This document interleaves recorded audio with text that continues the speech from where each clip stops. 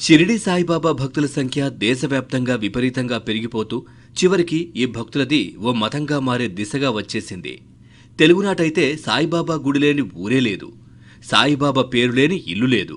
సగం మంది పిల్లల పేర్లు సాయితో మొదలవుతున్నాయి. ఇదంతా ఏంటి? సాయిబాబా నిజానికి ఓ సాధువు. ఆయనకు ఇంత పాపులారిటీ ఎలా వచ్చింది?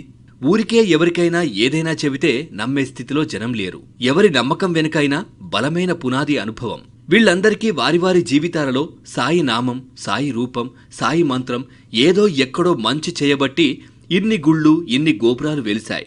చివరకు తమిళనాడు వంటి రాష్ట్రంలో కూడా బాబా గుళ్ళు వెలిశాయి. ఆరాధన పెరిగింది. ఇంత చేసి సాయిబాబా మతమేది? ఆ మతం ఏం చెబుతోంది? ఆ మాత్రం ఇంకే దేవుడు చెప్పలేకపోయారా? ఇవన్నీ ప్రశ్నలు. ఒకటి నిజం, సాయిబాబాపై నమ్మకం, ఆయన చెప్పిన హితవాక్యాలు ఇవన్నీ మానవ హక్కులకు భంగం కలిగించేవి కాకపోవటం.